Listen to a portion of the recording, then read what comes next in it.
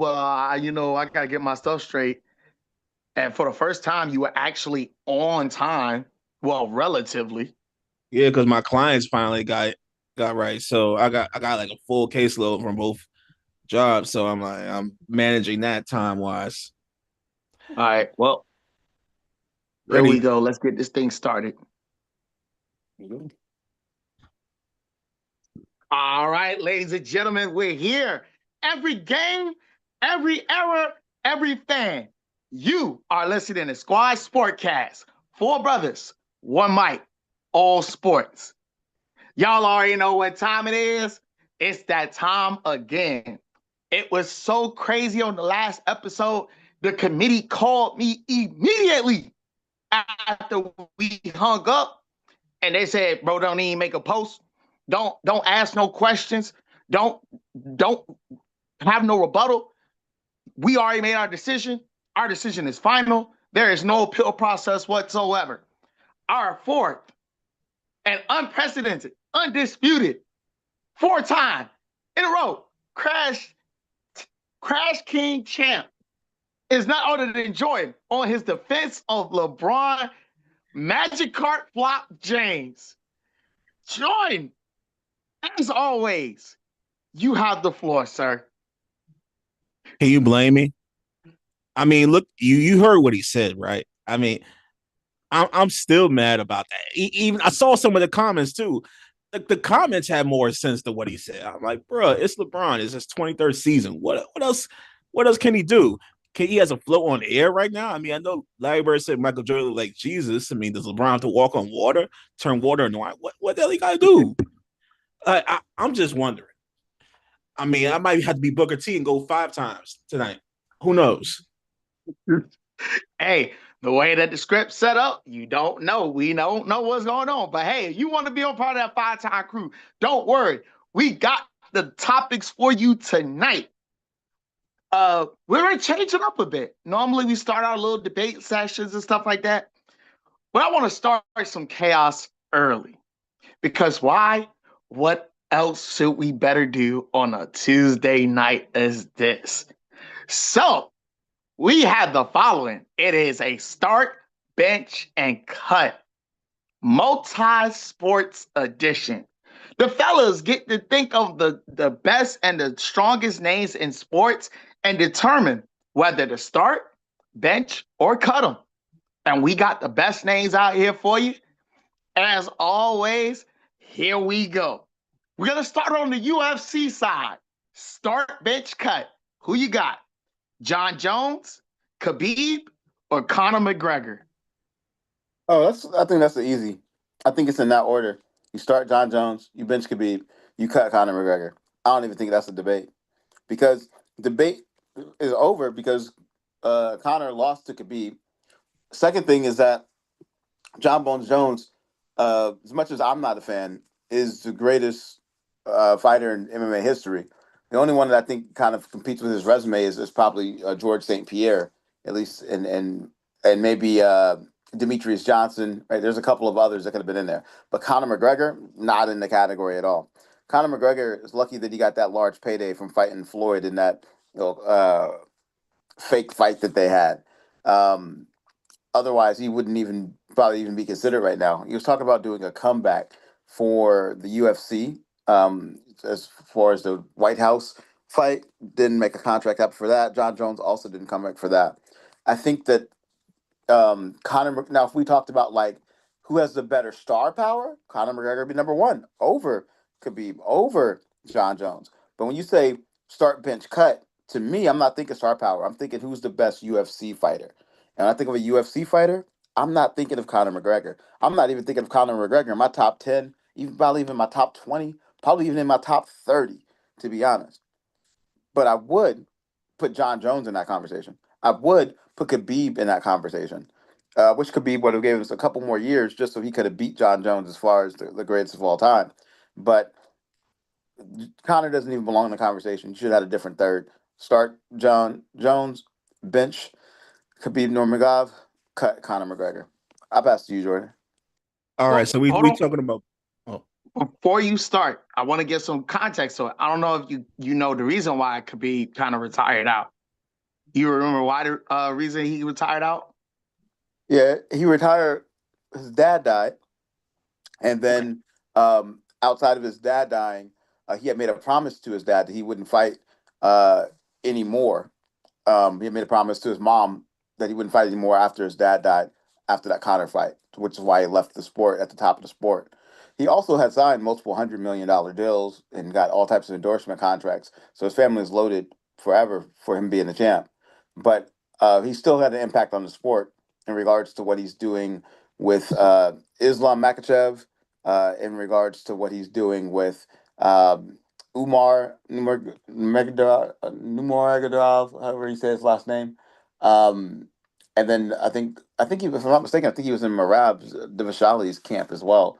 Um, Either him or the other gentleman there. But either way, I do know why he retired. I do still hold it against him because I wanted him to overtake John Jones in regards to the greatest of all time, and he had the skill set to do it. He had the mindset to do it. He was dominant enough to do it. He was getting his striking was improving fight by fight. He was becoming a world superstar, and I'm just not a big John Jones fan. I respect his game. I'm just not a big fan. I don't like his personality. I don't like how he operates. I don't like a lot of things about John Jones. But from a fighting perspective, 100% absolutely respect John Jones. So that's my order. Start, bench, cut. Go ahead. All right, Jordan, it's on you. Okay, so I had no idea that Khabib retired at the top of his game due to respecting his family wishes. So with that alone, I agree with Mike. One of the few times I agree with him 100%. Start Bones, bench Khabib, and cut Conor. Even though Conor, I think he walked away from that fight with like a bloody smile, which means he's a lunatic in some case.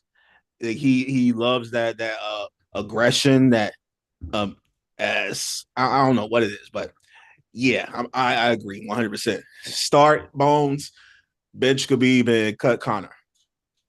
Why you out here giving participation trophies, Jordan?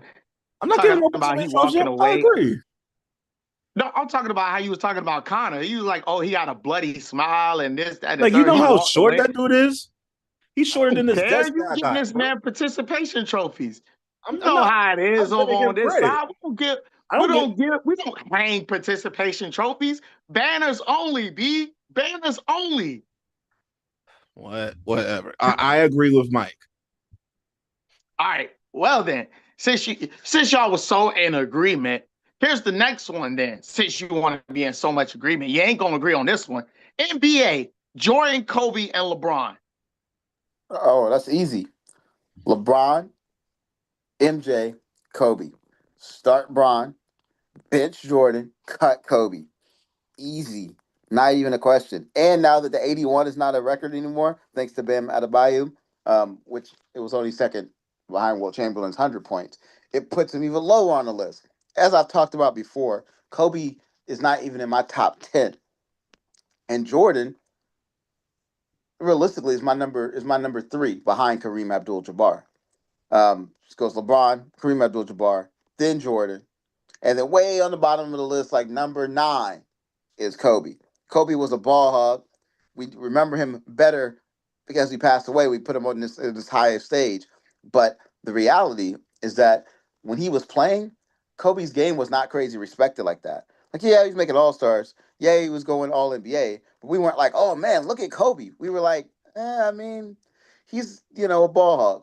He was in the same category. Like we would put him in the same category as Tracy McGrady, except he was more of a ball hog than Tracy McGrady. He was more of a ball hog than James Harden. He was more of a ball hog than Allen Iverson, even. I don't know. I would put multiple people above Kobe. I don't even think Kobe is the best Laker, to be honest with you, much less best ever. So that's just me. But I would put LeBron number 1, easy. Most points. I think he's third in assists, or third or something in rebounds. Top 5 in steals. He's top 5 in every statistical category. And again, he's in his 23rd season, so I know you want to try to diminish his 23rd season. But in his 23rd season, Kobe only got to 20 or 21. But in his 20th and was only averaging about 7 points a game in his 21st season. LeBron is averaging 21, 7, and 5, if I'm not mistaken, which means that he has cemented his legacy in the GOAT status. In fact, there was a time where LeBron James, if I'm not mistaken, he made, was it 10 straight finals in a row every year? Does that mean he won everyone? Absolutely not. He was going to get some stud teams. He was dragging teams that were at the bottom of the barrel, kind of like that grease at the bottom of the pan that you cook over again and again, and then now it's a little dark. You got to throw it out. That's what he was playing with and bringing to the finals, and was still dominating. And then while he was bringing that dark encrusted grease to the finals, he was leading the team in points, in rebounds, in steals, in assists, in scoring, in field goal percentage, in every statistical category. He was leading his team multiple times. And he took three different teams to the finals. What other professional can say that they took three different teams to the finals? Not like Robert Ory joining multiple teams and getting rings as a sniper, but leading the team to the finals. I can't name another that did it and did it so long and has done it as well. If I'm not mistaken, he's a 21 time All Star in his 23 years. He might have even been a 23-time All Star. I think he might have made it every year, but I know it was at least 21. I know he set a record there. He set a record for points in the playoffs, points period. Scoring record that'll probably never be beat. He beat Kareem Abdul-Jabbar's scoring record that was considered untouchable. And you got to remember, Jordan and Kobe were known to be scorers. They're shooting guards. LeBron James was not known to be a scorer. He happens to be a scorer, but he plays within the system, which is why all his stats are good all around. He's the best all around player that the game has ever seen. Maybe the only number two, in my opinion, would have been Oscar Robertson. Number three might have been Russell Westbrook if you really want to stretch it as far as overall game. But not only was he scoring points, creating highlights, creating memories, doing it the right way, never getting in trouble with the fans, never considered a ball hog, always making the right pass, always making the right play. And again, he was bringing teams to the finals that didn't even deserve to sniff the finals, if you really want to talk about it. On one of his teams, his number two scorer was Boobie Williams. Yes, nobody knows who that is. That's exactly what I'm trying to tell you. That was his number two scorer. You talking about Booby Gibson from Whatever. Williams, Gibson, bum and a half, whatever you want to put his last name at. He wasn't good. 65? And he brought him to the finals. Then he did it with that power three team, or whatever team you want to call that team in Miami.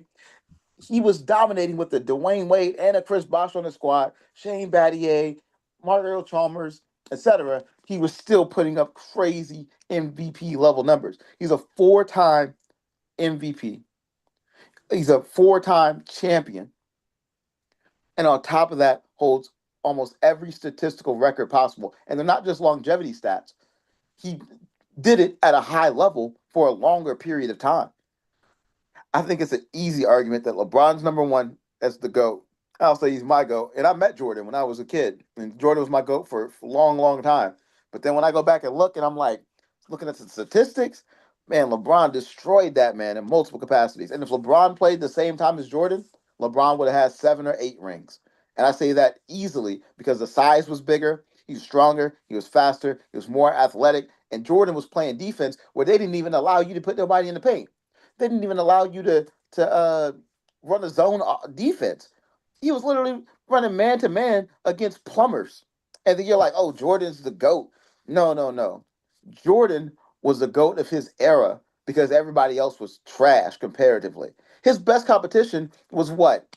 Clyde Drexler is the most comparable avenue, and Clyde Drexler couldn't go left.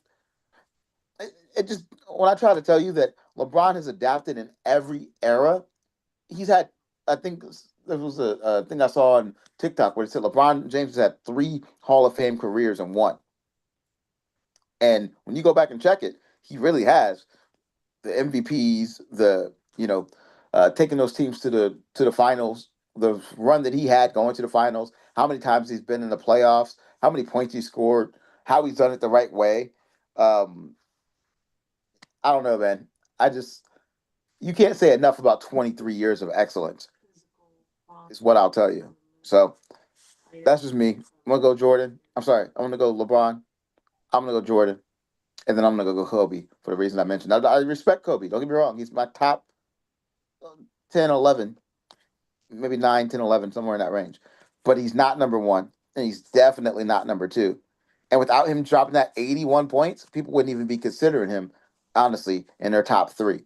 Because the reason people kind of try to justify it is because he dropped 81 points in the game, but Bam Adebayo just dropped 83. And Kobe, don't get me wrong, Kobe was a beast. Kobe could score with the best of them, and Kobe had good defense. I'm not going to diminish that. But Kobe cannot guard 1 through 5 like LeBron can. Kobe was historically known to be a ball hog. He'd have 4 people on him and would still shoot the ball. LeBron would never do that because he would make the right play every time. Even when they were playing in the Olympics, you could tell LeBron was going to make the right play. Kobe's probably the best one-on-one player that I've ever seen besides Kevin Durant. But is he a better player, better overall, better GOAT than LeBron or Jordan? Absolutely not. LeBron, start, bench Jordan, cut Kobe. Go ahead, Jordan. So he said a lot that I agree with. I mean, besides well, I have Kobe over Jordan as the bench cut. I will bench Kobe and cut Mike only because I mean Michael Jordan, not you, but yeah, Kobe is the pure embodiment of a microwave scorer. But when he gets hot, there's very few things that can stop him. Very few people, very few anything. I mean, hell, he jumped over Aston Martin. What more do you want from him? Of course, LeBron is going to be the starter. He's, in my opinion, the greatest player of all time. So that's I don't need to say anything regarding that. I mean, what are we talking about here? All-time leading scorer in regular season, and I believe playoffs too. All-time leading scorer ever. There's no one that's going to really ever touch that record, unless it's probably like Luka or Wemby. I don't think anybody's going to touch that record. KD is definitely not going to get anywhere close to it.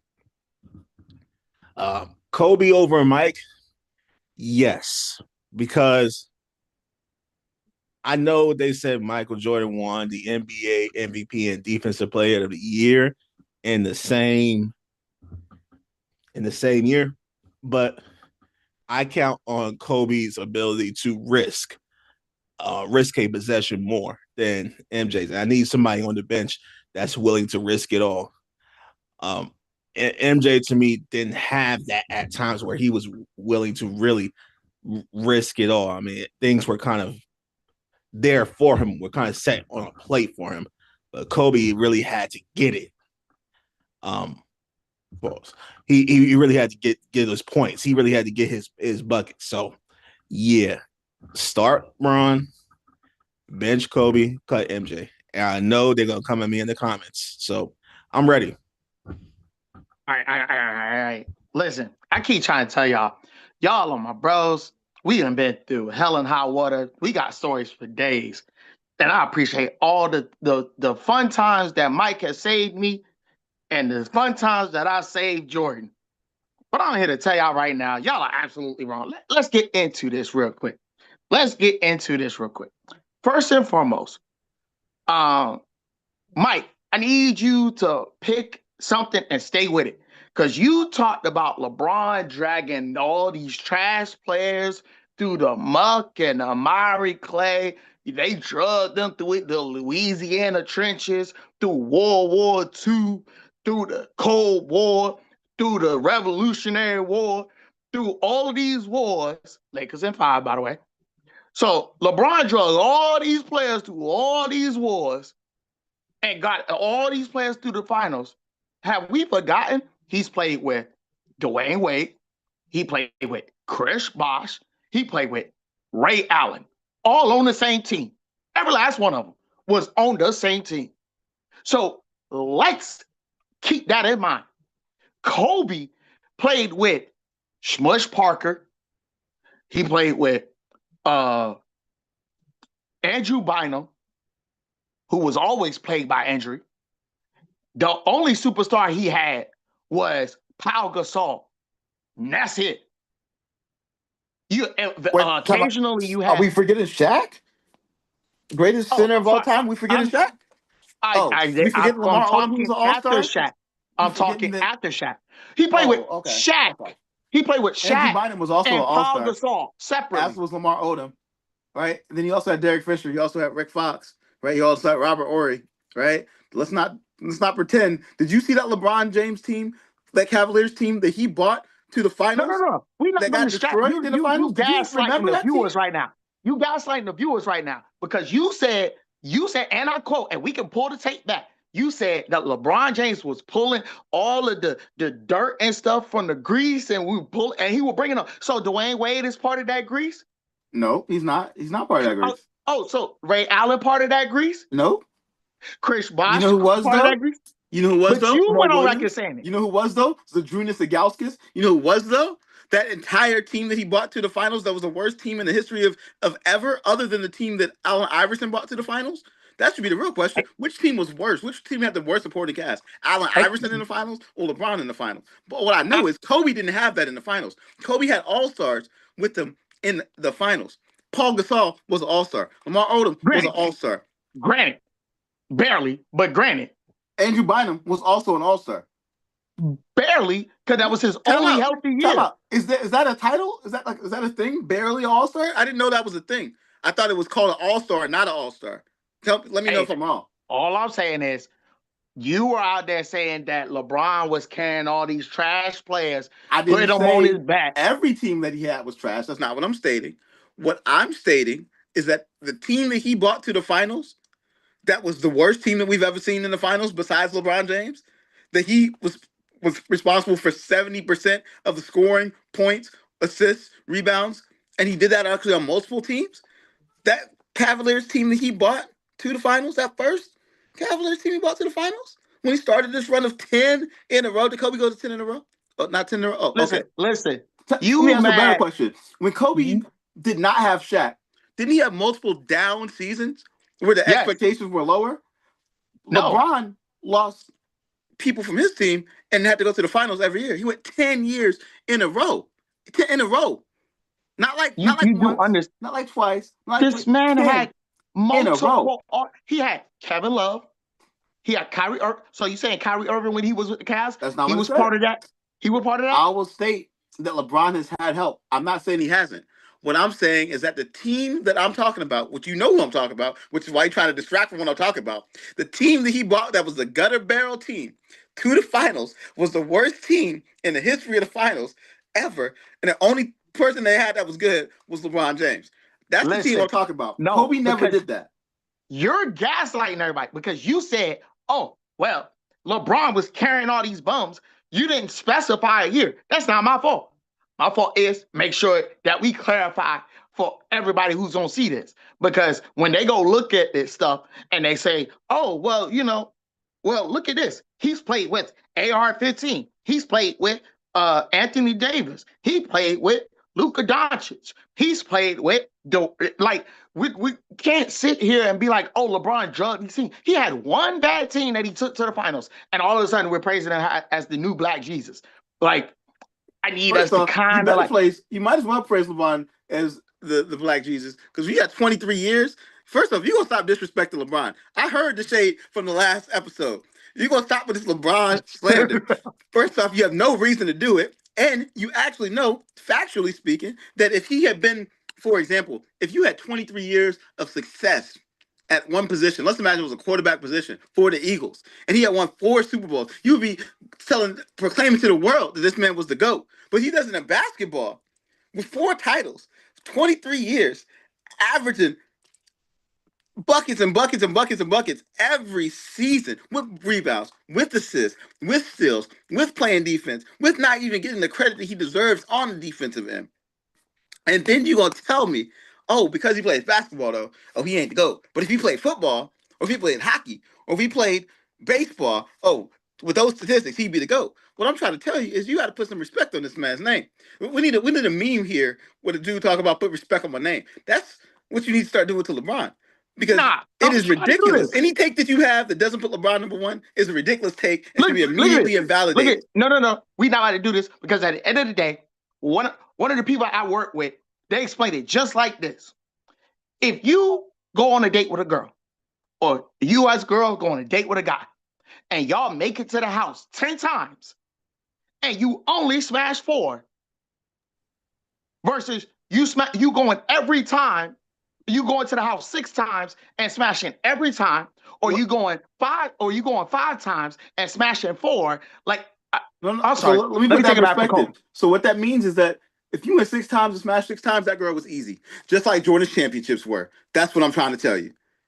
If you went to the 10 times and only got 4 times, you was lucky to have those 4 times because it was difficult. You had an arduous path in order to get there. Maybe her brother was there. Maybe her cousin was there. Maybe she was on her cycle. Maybe she just wasn't in the mood. Or better yet, better situation to happen. Maybe you took her to a seafood boil and her breath smelled like crabs and you didn't want to make things happen. Maybe you were being a gentleman. Maybe you knew that, hey, she's dating somebody else at the same time. What I'm trying to tell you is that in the same time that Jordan was dominant, other teams were also dominant. In the same time that Kobe was dominant, other teams were also dominant. For example, the Spurs dynasty comes to mind. The Pistons dynasty comes to mind. The Celtics dynasty comes to mind. We keep going because all those teams won titles during both of those teams' reigns. So I can't hold it against LeBron that he's went 10 times and lost 6. Do I think that he should have lost 6? Absolutely not. I think he probably should have realistically won probably 7 of them and then lost 3. But he went against the greatest team ever assembled. First off, to lose one of them. That's one of the first ones. Then he went against the team that was a destined team with Dirk Nowitzki and them boys, where Dirk was trying to get his first and only ring. He also had Jason Kidd trying to get his first and only ring. Tyson Chandler trying to get his first and only ring. Went against that team. Then he had to go against the Warriors again when Steph was starting to become the chef and started cooking, going crazy. Then he lost to Tim Duncan and the Spurs in one of Tim Duncan's last years. Then he also lost to Kawhi and the Spurs under Greg Popovich's system. What we need to understand is that he was going against iterations of Phil Jackson's offense every time that he lost. Steve Kerr's offense is based upon Phil Jackson running the triangle. Greg Popovich had a lot of images from the triangle. LeBron never had this elite coach. He was bringing these coaches up. One of his coaches was what was his name? David Blatt or something like that, who couldn't coach his way out of a paper bag. He brought him to the finals. He brought Tyronn Lue to the finals. And Tyronn Lue's a good coach now, but at the time he wasn't as great as he is. He brought a bunch of coaches to the finals that had no business being there. He made coaches Hall of Famers as a result of this. What I'm trying to tell you is that you thinking who's going to be the Hall of Famer? That coach from Miami is going to be a Hall of Famer, first ballot. That's because of LeBron. Oh, okay, you got that. Yeah, I know I do. It's fine. But other than that, look who he's had. The coaches weren't there. The system, it was LeBron beating the triangle system. He didn't have the triangle system. If you had given LeBron a Greg Popovich, LeBron would have went 9-1 in the finals. If you had given LeBron a Phil Jackson, LeBron might have gone 10-0 in the finals. If you had given LeBron James a Pat Riley, he would have gone 8-2 in the finals. But instead, you gave this man David Blatt and said, make it happen. You gave this man Zydrunas Ilgauskas and said, you got this. You gave this man Boobie Gibson and said, go and win the title. And then you go try to bash the man after he couldn't do it. Listen, anytime. First of all, you went 10 in a row. 10 in a row? Well, let me ask you a better question. You have a job, right? Yeah. Awesome. Let's imagine that every year for 10 years, you got a promotion. Every year, 10 years straight, you got a promotion. Okay. And then you upset because 4 of the years, you got a pay raise with the promotion. 6 of the years, it was just a responsibility title because you had to bring other people along. But 4 of the times, you got a large pay raise to go along with that responsibility. You're telling me that you're gonna be upset at this job and be like, oh man, this is a terrible job. I should have never worked here. I got 10 promotions in 10 years in a row. Or would you be like, you know what? Those 4 times were really great times. And although I took some other people with me, those other 6 times and didn't win, I got that. I didn't get my financial opportunity. The responsibilities I got is what allowed me to now be successful moving forward. I don't think you'd be upset. I don't think we should penalize LeBron for that same situation. That's all I'm trying to tell you. We're not going to penalize him, but at the same point in time, consider it on this turn. Since we talk championships, we talk dominance, think of it like this. When you look at Jordan's championships, what's the one thing that we always shout out other than the 6-0? The teams that he beat was easy, and the scores were they were scoring 82 points a game. No. Oh, and Phil Jackson ran a triangle offense. No. Oh, and he had Dennis Rodman, an all defensive player on his team. No. Oh, and he had Scottie Pippen, an all defensive player on his team. All right, you just ain't gonna get it. My bad. Sorry, I didn't know what you was mentioning. I thought you was talking about facts. Sorry. So I mean, you are speaking facts, but that's not what I'm talking about. What I'm talking about here is, at the end of the day, that Michael Jordan has 2 3-peats. Kobe Bryant has a 3-peat in that as well, in his 5 championships. Where's LeBron's 3-peat? Like, here's my thing. If we're going to crown somebody to GOAT, like, it needs to matter when it matters. That's just like a lot of people that were bashing you about Josh Allen because, oh, he got the stats, and he's better than Lamar. Why don't he have the MVPs? Like, when it matters the most, where are you? Like it boils down to, like, everybody sits here and says, oh, well, you know, we proclaim Patrick Mahomes the GOAT because he damn near got a 3-peat on his own. Thank God to the Eagles. Shout out Philly. But he almost got a 3-peat. Brady almost got a 3-peat. Brady went back to back. But again, when it matters most, the reason why Brady is the GOAT is because he has consistency in beating teams when it mattered most. He got them 4 lumps to get to NFC East, and it is what it is. Eli just got his number, and maybe so does, and Philly got that number as well. But at the end of the day, 3 lumps. Sorry, 3 lumps. But at the end of the day, when it matters most, because we play the game for the titles. Like Kobe said, and I said this earlier, we hang banners. We don't hang getting it there. That's a participation trophy. Is it hard to get to the finals? Sure, it's hard to get to the finals. We all know that. You got to win at least 16 games. Well, you have to win 16 games, depending on where you are. And I'll be easier and say, hey, you got to win 12 games. But at the end of the day, when it matters most, when the finals are down on the paper, the man has not won it. And we can blame it. We can give some credit where credit is due. He's won 4 rings. It's not that he hasn't won, and he went back to back. He didn't 3-peat. He went back to back. So Steph Curry won 4 games too. Should we talk about Steph as the GOAT then? Time out. You didn't put him in the start bench cut. The greatest shooter. You didn't put him in the start bench cut conversation. But when we talk points, LeBron James outscored him by over 40,000 points.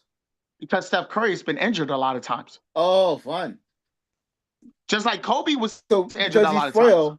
We got to now add him to the category. But greatest shooter ever, absolutely. You talking about 4 rings? No, Steph has 4 rings, and that's in his own era. We did this with Kobe when Kobe was alive. Tim Duncan. We talked about Tim Duncan has 4 rings in Tim Kobe's Duncan era. Should be the GOAT. Tim Duncan has 4 rings in Kobe's era. What now? Yeah, he does have 4 rings in Kobe's era. Yeah, I know. He has 5 rings in Kobe's era, if I'm correct. So, no, because one of them was in LeBron's era. But either way, he has 4 rings bare minimum in Kobe's era. You can count the other one in his era as well. So he has 5 rings in Kobe's era while Kobe was playing. Yet you try to tell me that Kobe is better than Bron? With less points, less assists, less rebounds, less steals, less field goal percentage, less efficiency. Kobe is better than Bron. Kobe had to actually stay with his team and actually brought a team up. You should just accept the fact that you hated tell me every time LeBron has left, his team has not been elevated. Because when you leave, your team should be actually responsible to do something. When his contract was done. Kobe almost bailed on the Lakers in '07 to go to the Bulls. Or are we just gonna forget that? Oh, Because they didn't give the man anything. They let the man out there and said, "Hey, have fun." I'm gonna tell you the truth. I think what it is that Nick didn't like that Space Jam movie, which is why he hates on LeBron so much. I think that's what it comes down to. It's all right. Just admit that you don't like Bugs Bunny. We can Not the accept Space that. Jam movie. It's all right. Me and Bugs Bunny tight. We tight. Don't I lie on ain't got Bugs no Bunny. words of that. I know you're a Daffy Duck guy. Don't lie on Bugs Bunny now. No. We Bugs Bunny. What's up, Doc? All I'm gonna Bugs say Bunny over here. is that 42 plus thousand points is 42 plus thousand points. Whatever. He Can't got teach that. 42,000 points because he had to play him. Keep in mind that playoff record, the How playoff many points that points you did talking Jordan about. have? Keep in mind how many game sevens did LeBron have to play? How many points Jordan did was so Kobe dominant, have? he didn't have to get Kobe points. played what, 21 years? We're not considering the quality of teams that LeBron had to play against. The amount of Go ahead, teams that Jordan. had to team up against LeBron to beat him. I mean, you had the Pacers in the East in the teams. You had what was it? The Knicks. You had the Raptors. I mean, look, we forget LeBronto. The Wizards when they thought they were trying to do something. The Hawks when Jeff Teague thought they were about to do something. You name it. The team in the East, LeBron beat them. Like what are we talking about? The Celtics in multiple decades, mind you. The Celtics was crafted to beat Kobe first. No, the Celtics were crafted to beat LeBron in 2008, 2009, After 2010. Absolutely ran not. through the Pistons. Because Kobe actually got to 2008. Kobe's team got to the finals, and they played them, and they won in Game 7. They won in Game 6. Ran it back. They won in Game 6 in and couldn't get it. 2008. They weren't crafted to beat Kobe. They were crafted to run through the whole NBA. But in the East, they still had to go through LeBron James and the Cleveland Cavaliers. They had to go. They had to face them in 2008, 2010, 2012. They lost 2011, 2012 against LeBron. They lost 2017. I think they lost. In 2018, they lost. So LeBron has had to go through a gauntlet of East teams, and none of them were easy for real to go against. They each had their own strengths and weaknesses. In the West too. When every team he had to play in the finals was in the West. Brother, did you see the team he played at OKC that had Russell Westbrook, Kevin Durant, and James Harden, and he still swept them boys? He swept them boys because James Harden was. It was a gentleman's sweep. 19 years later, we know why. It was a gentleman's sweep, and James Harden was still trying to get his legs under him. But still, that team was young, goodness. And they were primed to beat anybody in the league except LeBron and the Heat. That year, nobody was going to beat them. It's not an excuse. You thought in 2011 when the Heat should have won in 5, but they lost in 6 because the Mavericks schemed a way to really trap LeBron in several instances. They made the team play without him. They knew he was going to get his, but they had to make sure everybody else was suffering, and they were successful. But you if you're that good, a team's going to scheme that way to get you off your game. That's how great you are. I'm sorry, LeBron is still the GOAT regardless. Well, 4-time, because we got like a lot of these to go through. We're going Jordan first, Kobe second, LeBron third. I said what I said. Y'all had y'all time. That's cool. We got to move on to the next ones. Moving to the NFL, start bench cut. You have Aaron Rodgers, Tom Brady, and Patrick Mahomes. Easy. Brady, Mahomes, Rodgers. Not even close. Brady start, bench Mahomes, cut Rodgers. Easy.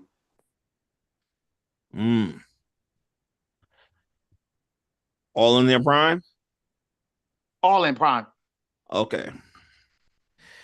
Dang. I mean, I'm going to have to start Tom Brady by default because he's the greatest of all time.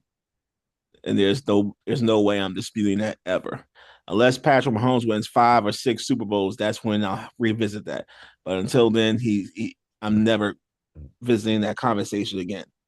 Now, Mahomes and Rodgers. Whom do I who would I want on my bench that could give me hmm. I'm gonna just go the other way because y'all know me. I'm gonna go Rodgers Mahomes. I'm a bench Rodgers and cut Mahomes. I have to think about risk management as a team. Rodgers is gonna be less turnover prone than Mahomes. No, that's true. Mahomes is going to have more You're right. interceptions than Rodgers You're right. every year in his prime. Rodgers was not the turnover king. He was well more than accurate. And when Rodgers was 99, Rodgers, what quarterback could really stop him? What quarterback could? He wasn't in the league in '99. He didn't get in the No, I'm league talking till about 99 '05. overall Rodgers. Um, Like who was going to stop him for real? Who was going to he be? was going to stop Uh, uh, 99 overall Mahomes or 99 overall Brady for that matter. If we're talking Uh, Madden statistics, First of all, hold on. I got the answer for Jordan. San Francisco, uh, the New York Giants. Who else won on the that Bears, team? The Bears. There's a couple other the people. Saints. The Saints won on it. Yeah. There's a whole lot of teams that won when Rodgers was 99 overall. Rodgers was out here Panthers. winning back-to-back MVPs and stuff like that. A whole lot of teams. This is the thing. That's why I said but we just right here, because, Mike. but because Rodgers got you're 4 MVPs, but he got 1 title. but football, you can't just depend on one person. But Okay, if I had to choose one say a better person, statement. Let me give I you a would better choose statistic. Rodgers. Let me give you a better statistic. Are you ready? Go And ahead. well, I love you. And how many years has Patrick Mahomes been in the league? 6 years, 7 years? I think 7. I think this is 7 or It's it's not 7 or 8. 7 or It's not 8. 8 yet. I think it's 7. Right? I think he was drafted in 2018, if I'm not mistaken. 2017, 2018. So I think this is year 8. This is year 8 going in now, but he's been 7 years in. Okay, 7 years in. He's a, if I'm not mistaken, is he a 3-time MVP or 2-time MVP? I thought he was a 3-time MVP. Ooh, Patrick Mahomes. I think 2. 2. Okay, 2 MVPs, 3 Super Bowls, 5-time Pro Bowler because he was injured last year. Yeah, 2 MVPs, 3 titles. Look, 2 MVPs, 3 titles, 5-time Pro Bowler. Has set every statistical record of his age bracket out there, and this is the crazy part with Patrick Mahomes. He's 7 years in. He's just now hitting his prime. This is the argument I'd have. Aaron Rodgers' prime was shorter than we think. You said really want his to prime compare was that, shorter? his prime was shorter than we think. I'd say that Aaron Rodgers' prime was about 4 years total. Whereas Mahomes, statistically, I'd like to see. Mahomes hasn't even technically reached his prime yet. Or if he has, he just reached it the starting last year. He still has 6 to 7 more years left in his prime. Mm-hmm. And he's already statistically beat Aaron Rodgers in multiple capacity. And he has more Super Bowl wins. And he's 2 behind in MVPs. But he's beat him. He's got more title games, more championship games, more his trajectory in that time frame is way better than Aaron Rodgers was. Aaron Rodgers was sitting behind Brett Favre for 3 years. Mm-hmm. Patrick Mahomes, this gonna sound like Gilly the Kid. Patrick Mahomes wouldn't have sat behind Brett Favre in middle school. But that's not for real because Brett Favre was amazing. I'm not here to diminish him. But realistically, he would have at most sat behind Brett Favre for 1 year. Look, Aaron Rodgers sat behind him for 3 years. That means by the time he was starting, he was already in his quote unquote prime. Mahomes had to learn on the job and started right behind Alex Smith, who he learned behind for 1 year. And Alex Smith was a Pro Bowler that year. I'm just saying, I can't give Aaron Rodgers the career over Patrick Mahomes. I would want Patrick Mahomes' career 100% of the time over Aaron Rodgers. Don't get me wrong, 4 MVPs is highly, highly impressive. And the statistical dominance that he's had for years and years is highly impressive. But I can't forget what that man did with the Jets. I can't forget what that man looked like the last couple of years in Green Bay. I can't forget what what this man did last year with the Steelers. Don't get me wrong, none of those are prime years. All right, cool. Which goes back to my point. Aaron Rodgers' prime was only about 4 years, man.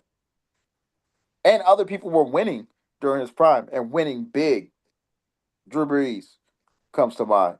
Cam Newton comes to mind. Nick Colin Foles. Kaepernick. Colin Kaepernick was winning in the Aaron Rodgers era. Colin flipping Kaepernick, who barely throws screen passes, was winning in his era. I'm just trying to tell you, he ain't as good as you think he is. Outside the 4 MVPs, you gotta respect those seasons. But other than those 4 seasons, I don't think he was dominant in any other season. Hey, Mike took a whole day off from the last episode, came back cooking. But I'm with you on this one, Mike. We on the same page with the same list. Brady, Mahomes, and then Rodgers. I'm sticking with my stance on I'm having Rodgers come off the bench, and I'm cutting Mahomes.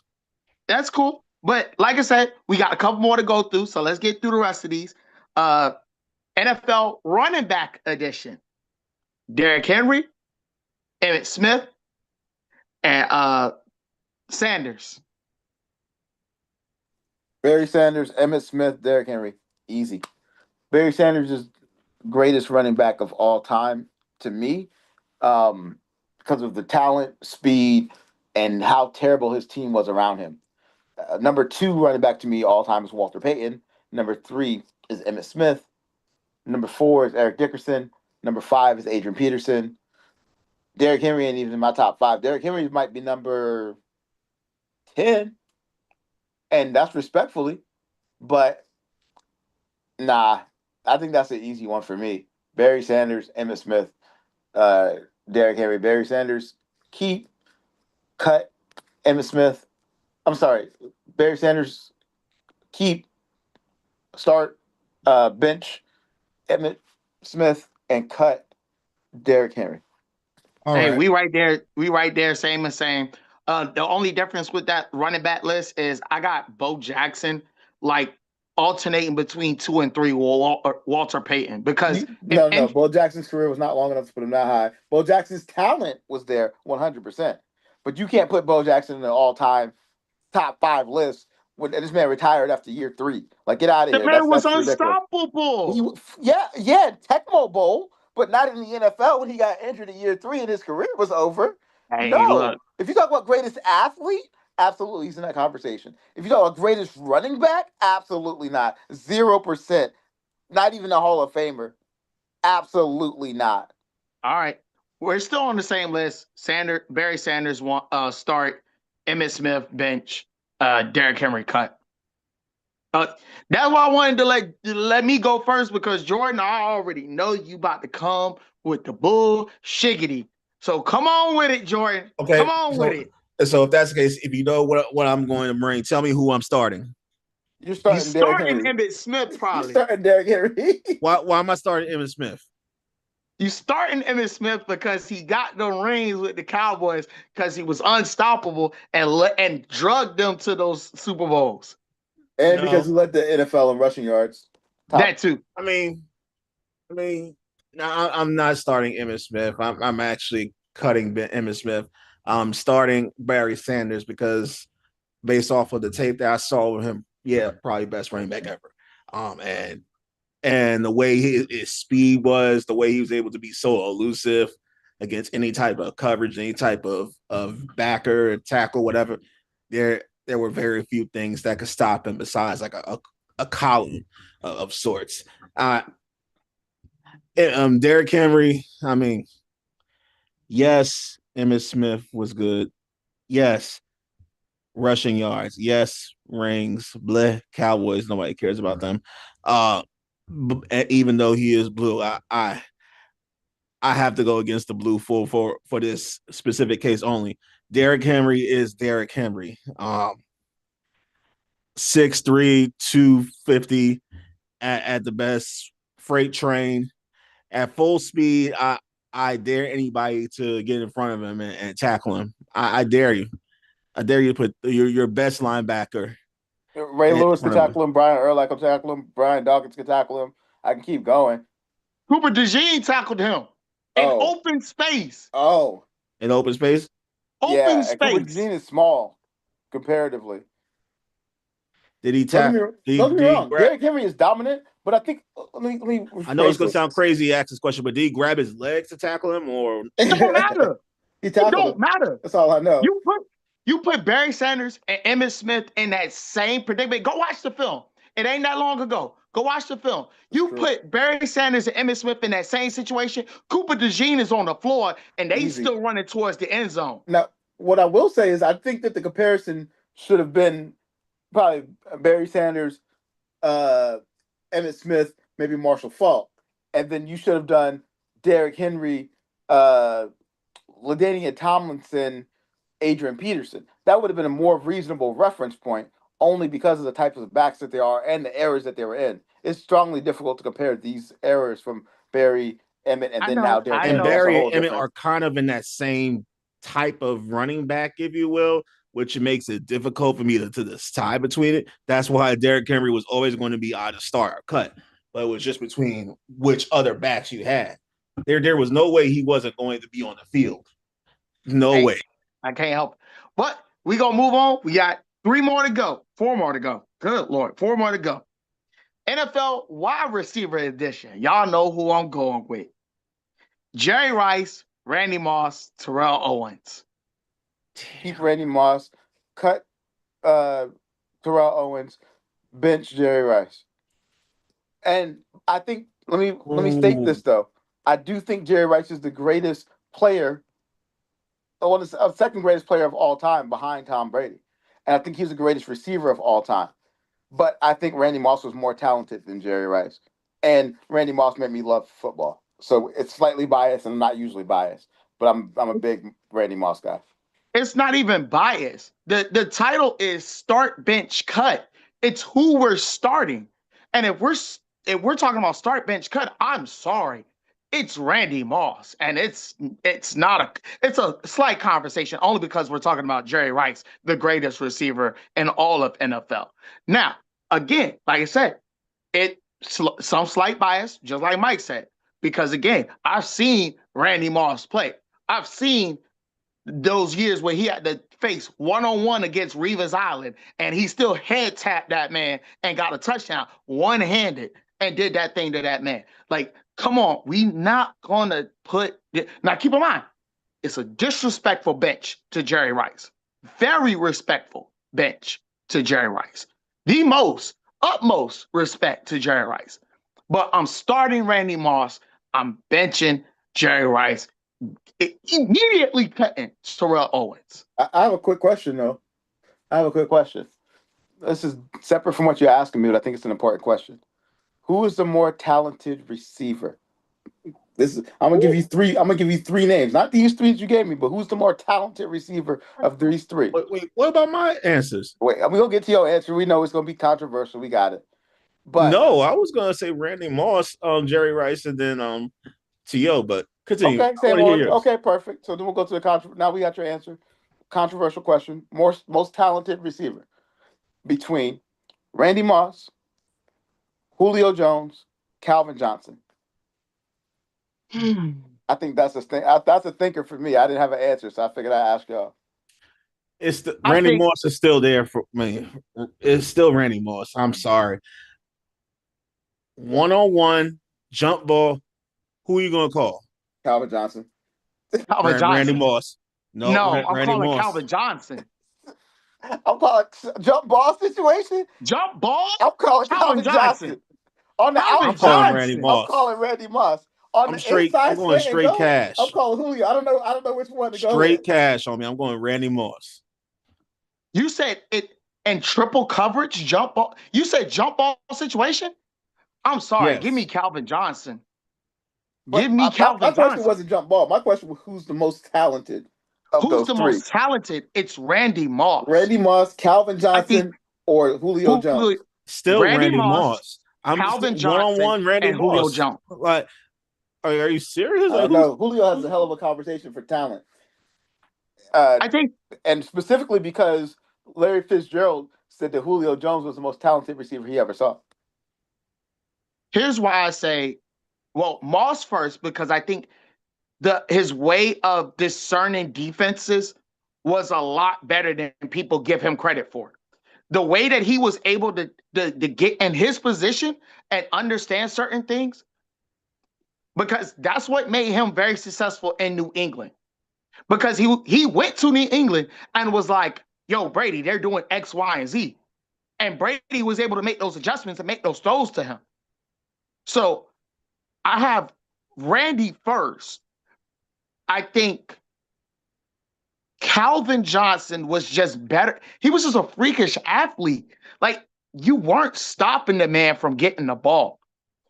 And I think the only reason I put Julio last on the list is because defenses started to figure out, like, you got to put bigger men, like more shiftier men with Julio Jones, and you have to play him like in a sandwich formation. Like, you got to have one below and one up top.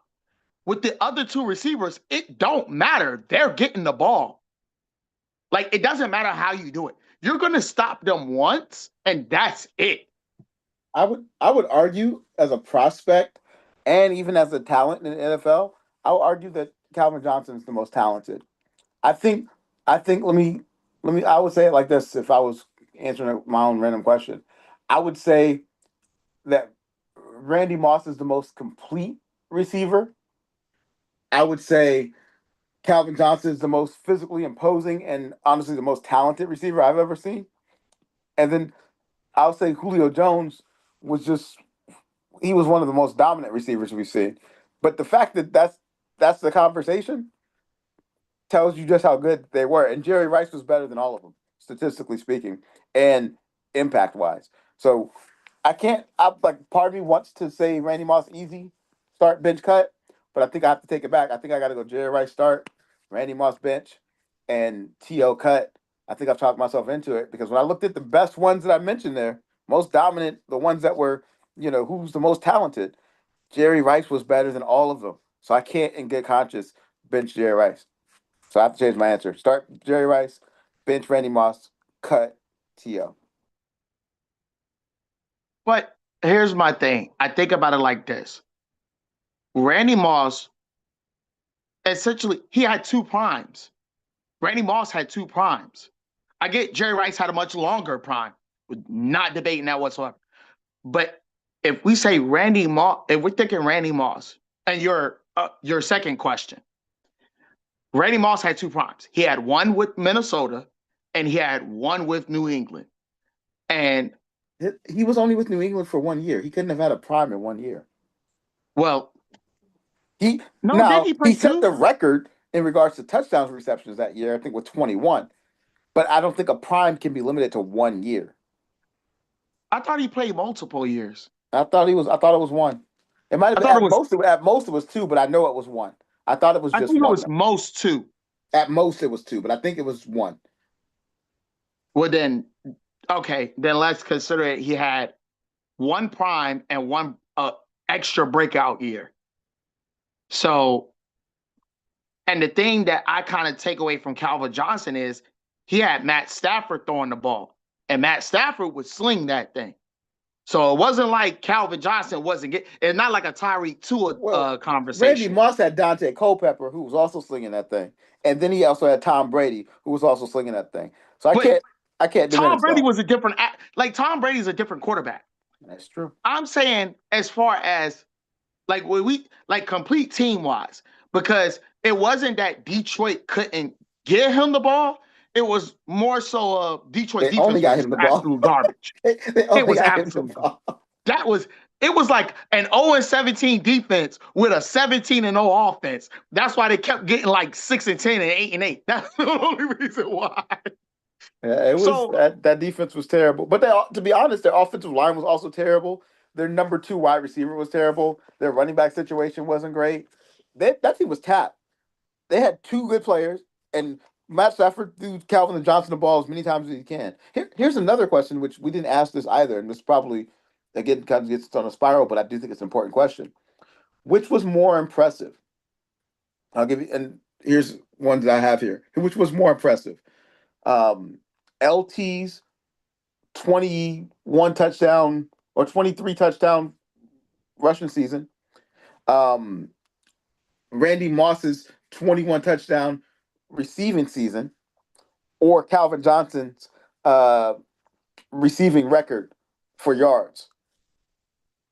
And I'm gonna that leave was that beat to by Jordan. Cooper Kupp, but Calvin Johnson's receiving record for yards. Which I have one a was more question. impressive? Didn't Randall Cunningham also be a quarterback for Randy Moss? Yeah, I said that. Yeah, like that also Dante explains why. Culpepper, Randall Cunningham. Yeah, that's why.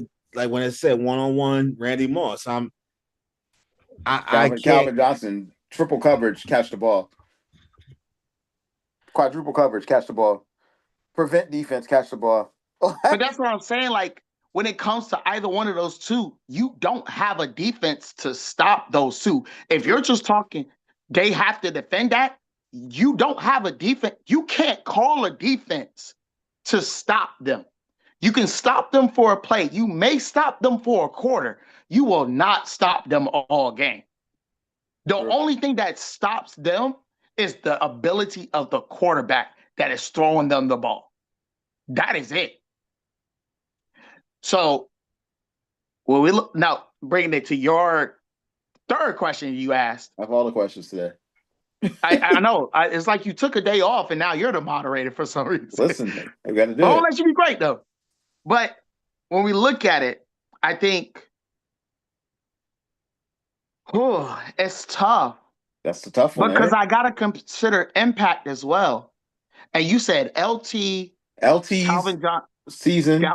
We had over 20 touchdowns.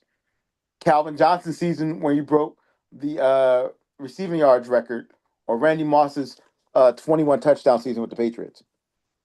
The crazy part is none of them equated to rings. None of them. Oh. None of them equated to rings. So you can't even, that's not the comparison. So if we look at it, I think two of them netted them the number one seed, which would be San Diego. No. Yeah, San Diego. San Diego was 14-2 that year. Yeah, they went 14-2. So they netted the number one seed, and then the Patriots netted the number one seed because they're undefeated throughout the whole thing. And the Lions probably won 4 games that year or 5 games that year. Yeah, the Lions won like 5 games that year. I think.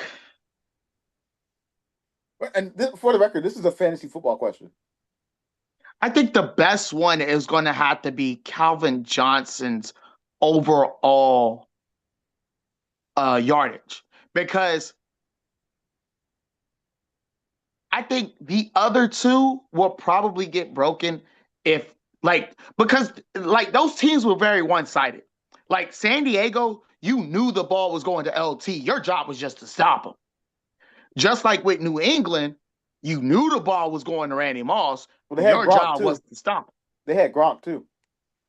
No, they didn't. Yes, they did. They didn't have Gronk. Gronk was injured that year, I think. Maybe in the playoffs, but he was there for the season. Still, you still knew Randy Moss was getting that ball. And I think they had Randy Moss, Wes Welker, Dante Stallworth, Gronk. That team was. They had Corey bad. Dillon in the backfield. They were loaded. You said who was in the backfield? Corey Dillon. And Hightower, I believe. Hightower was a defensive tackle. I'm sorry, no, it was Dante a Hightower. linebacker. Well, it was LeGarrette Blount back there too. Yeah. They had Blount there. But I thought they had Corey Dillon. Did they not have Corey Dillon that year? I'm not sure. I think it was Blount and one more. I don't remember if it was Corey Dillon. But okay. Still. Maybe I'm wrong about Corey Dillon. I can kind of take away a little bit. I think it's Calvin Johnson. No, I think it's LT. I think it's LT. When you look at it, because again, you knew the ball was going to LT. Only because third down is going to Antonio Gates. And we all knew how that was going. It was either you got it or you didn't. Me and apparently Nick go off on these topics. What do you think? Which team? We know you don't speak fantasy, but in the off chance that you did speak fantasy football and didn't draft Justin Fields in the first, he just got traded, so I know you're excited. Oh, yeah, I was about to say he got bringing up PTSD. PFSD. Post fantasy stress disorder, man. I'm tired of hearing that name, Justin Fields. Look, you about to have your redemption. All right, Jordan, I need you to believe in yourself. Justin Fields is starting for the Chiefs. Come on, Mahomes not gonna be back. You got your chance, Jordan. Believe in yourself.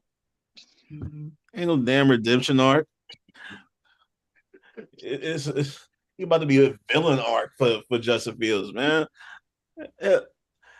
As far as a fantasy receiver though, we're gonna talk about people who actually can play.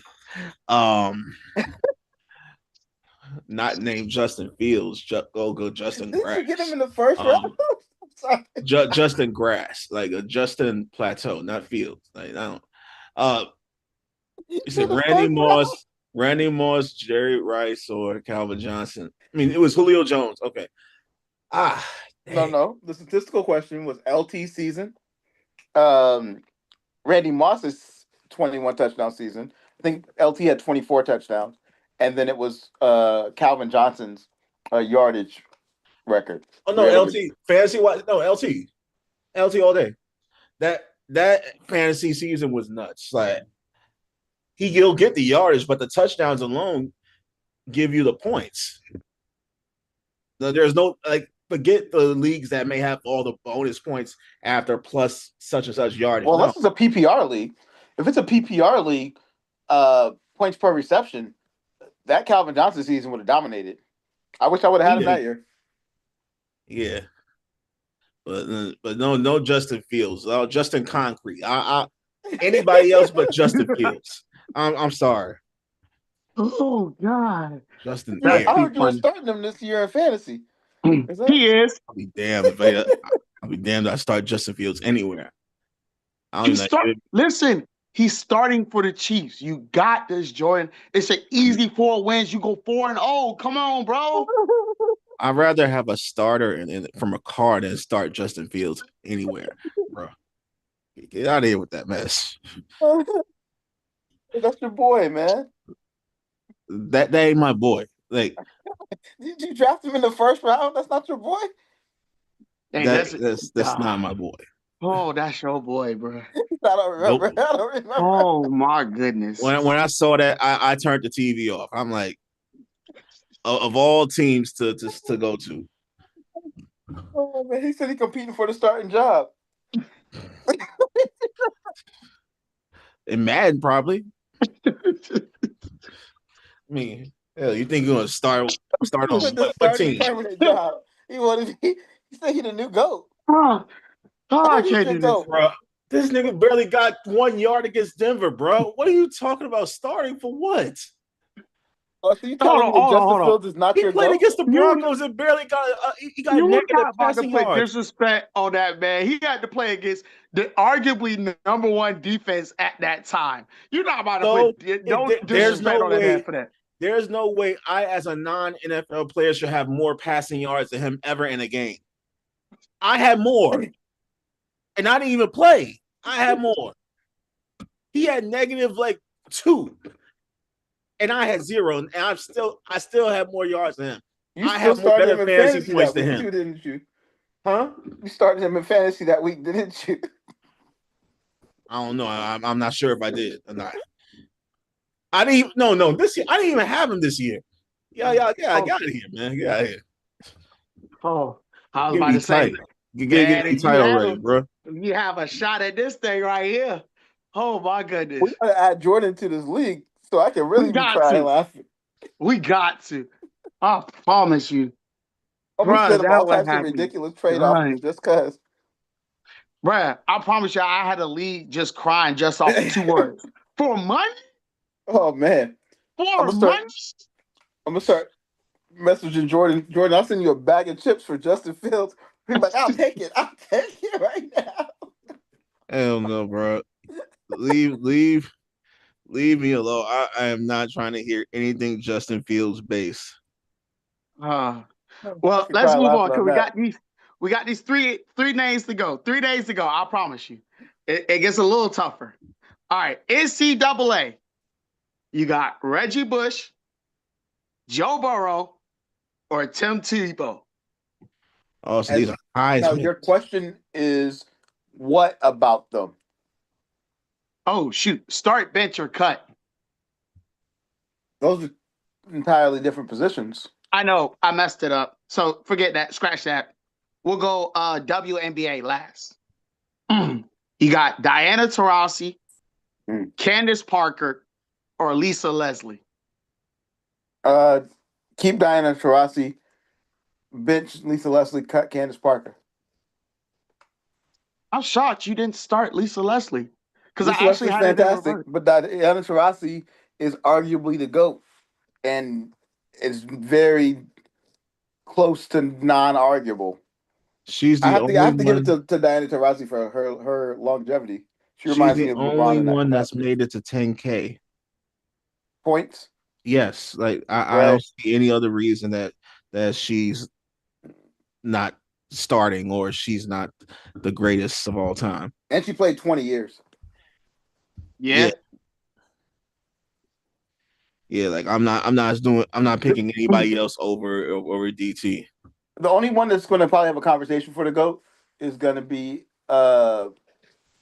Adebayo's girlfriend. Oh, A'ja Wilson. A'ja Wilson. Yeah, she ain't there I yet. didn't add her she's in there close. only because I didn't add her in there only because it was too young. At least as far as these three, it's too young for her. Yeah, that's real. She has an argument though, but it's just too She young. will definitely have an argument. As will Maya Moore, right? As will Sue Bird. As will Tamika Catchings. But all of them all, I will go Diana Taurasi. I had Lisa Leslie. I'm sorry, I was biased. I had Lisa Leslie first, Diana Taurasi's bench, and then Candace Parker cut. Yeah, even though Candace Parker was the igniter of the new WNBA at that time, like had one of the most watched games for the WNBA in history at that time. Yeah, she's still getting cut. Also because she married that dude Sheldon Williams with that crazy looking head. That's why she's getting cut. I mean, I don't care. He went to Dukes, but she married that dude that crazy looking head. She married Sheldon Williams. Yes, that's why. That's why she's getting cut. I'm sorry. Actually, no, I'm not. And Lisa Leslie, first to dunk ever in the WNBA. She's on the bench, but that's how much respect she gets. Diana Taurasi, 20 plus years, 10K. Yeah, they didn't marry bald headed dudes like that. All right, well, y'all did good on this. I appreciate y'all for coming out here. Mike over here on fire. Like I said, the man Mike took a day off and came back on fire. I don't know. You were over there researching stuff, won't you, Mike? That's what you were doing. Of course, you were trying every to get day, that all research. the time. All right. Well, moving forward, we got the NBA playoffs heating up right now. Currently in the East, your top four are the Pistons, the Celtics, the Knicks, and the Cavaliers. That list has not changed since. In the West, we do have a slight change in the listings. We have the Thunder first, the Spurs, the Lakers take the third seed, and the Rockets. Of course, with the Rockets losing to LA most recently, I think it was yesterday, Lakers do take the number 3 spot over the Houston Rockets. Currently in the hunt in the East, you have the Magic at number 5, the Raptors at 6, the Heat or the 76ers between 7 and 8. Heat is 7, the Sixers are at 8. The Hawks are at 9 and the Hornets are at 10. For the West, you have the Nuggets at 5, the Timberwolves at 6, the Suns at 7, the Clippers at 8, the Warriors are 9th, and the Trailblazers are 10th. Out of this list, there's roughly 12 to 16 games left for the NBA teams. Right now, who do you have getting in and who do you have getting out as far as playoff teams? Do only 8 teams go, or they have 10 because they do the play-in, right? They have 10 for the play-ins. I've given the top 10 already. So pretty much for right now, just guesstimate. So the question is, outside of these 10 that you named, who else is going to be in? Or is your question, are all the 10 that are there going to be in? Basically, are those 10 going to be the locked-in list with the last 12 to 16 games? So I'll lead off with that one. I'm going to say something controversial. I think that the Warriors aren't making the playoffs. I know Portland ain't making it. they're too injured right now. They're on a losing streak. Steph hasn't come back as early as people thought they were. Having Jimmy Butler out for the season has been rough for them. They also traded Kaminga, and they're on a downward spiral. I think the other day they lost uh, four players of their team in one game, right? Including two of them as starters. For Green, had to be out because of lower back spasms. Seth Curry was also out, and I think he might be out for the season. Um, I think it was Paminsky or something like that. But either way, I don't think the Warriors are making the playoffs um, at all. To be honest with you, this season, I think they'll be extremely lucky to get in with these 12 games. They don't have enough of a lead, in my opinion, to maintain a position. And they're on a downward spiral, and they're too injury prone. Like their entire squad is injured. I just don't see them. I don't see them pulling it off. That's my controversial take. I mean, it's only slightly controversial, but based upon what I'm seeing there, I don't think it's happening. What about you, Jordan? Who do you think is going in or not going in or whatever? Well, first off, shout out my boy Kenny for watching this. Because he's sending me comments, and he's the one that's been commenting on the live, all these comments. Portland's definitely not making it. I'm looking at some of the standings now for the play-ins. Phoenix, I think they're gonna have to pay for Dylan Brooks, um, getting that alleged DUI situation and having that injury. They're not gonna make it, and also because Jalen Green can't choose his baby mama's right. That's another topic though. The Clippers. Whew, okay. I did talk about how the Clippers were making a run earlier. I think in January, y'all were looking to be kind of crazy when I said it, but y'all always look at me crazy when my takes wind up being right. Uh, and now look at them now. They are at even 500 when they were down 15 games. So there's obviously something that's working. Kawhi Leonard is trying to prove me wrong and that he can still take PTO and win games. I mean, for right now, he's doing okay, but we'll see how that goes. I'm on to you, Kawhi. Like you still have to play the rest of these 14 games left. Then I may remove the PTO logo from you. Until then, it's still going to be there. So I got my eye on you. Now, looking at the East, Miami, Atlanta, Philly, and Charlotte. Atlanta will still probably find a way to finish 500, even though they're 6 games above, because they really are the most mid team to ever exist in basketball history. Their record was as close to 500 as you could over the last couple of years. Charlotte, I did tell y'all about Charlotte too, to look out for them. They're sitting at 10 right now only because Tyrese Maxey is holding Philly up, keeping the team on his back. Joel Embiid has kind of been here or there. Paul George has been podcasting and taking stuff he shouldn't have been taking. And Bam wanted to start wearing the pants in the relationship show. So he's stepped up and is finally giving the team what they need. Yeah, I don't think Philly makes it. Even with all they got going on, I don't think Atlanta makes it. I think Bam finally puts his foot down, and I think Charlotte gets in as the 8th spot. And if Charlotte gets into the playoffs, yeah, we'll watch out. Now, as far as who wins the East and the West, I don't know yet. I have no idea. We'll see come when the playoffs comes.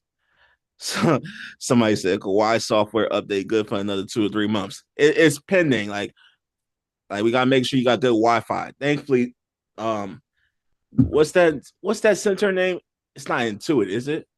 The Clippers one? I think it's Intuit. I think so. Yeah. Hopefully they have good Wi-Fi so this software can update. But he won't. He might not need PTO after all. But I do believe that Kawhi and then will make some noise. I don't think they're going to be OKC. That's not going to happen. He'll take PTO right when I need him to, but they'll make some interesting noise, you know. The my bad, I didn't mean to interrupt you, Jordan. The thing I was about to say though was that the you were talking about predictions that we made previously. I was telling y'all that to watch out for the Lakers. Now they moved up to the 3 seed, and at the time we were saying not to believe in them and they were too old and etc. LeBron wants to go out with a ring, y'all. I don't know if it's gonna happen. They're But he wants fool's to gold retire. though. Like So, I want I to agree with that. believe in the Lakers. I want to believe in LeBron, but and he's my favorite player. But I don't. I just don't think that they're gonna win with the matchup. Like if it was 4 or 5, if they played against somebody like if they played Houston, I would say okay, I can have them winning in 6 or 7. But against Denver, I've seen this happen too many times before. Against wouldn't it be going against the 6 seed first? Isn't it 3-6? they would be going against the Yeah, they 6 seed. would. I believe the 6 seed is 6 seed is not Denver, Minnesota. right? Who's the 6 seed? Wait, no, the six Timberwolves. seed. Yeah, Yeah, 6 seed is Minnesota. Yeah, I think they could beat Minnesota, but I also think Minnesota could beat I'm them. I not. think it's a toss up more than it should be. I'm not picking against Anthony Edwards.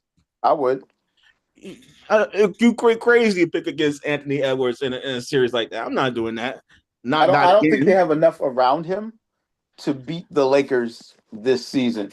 I'm not Shannon Sharp. I'm not gonna say Lakers in 5, but I will say that the Lakers with Luka, healthy Austin Reeves, LeBron James, the trade piece that they just added. Forgot who they added, but I think they also have a pretty solid center there.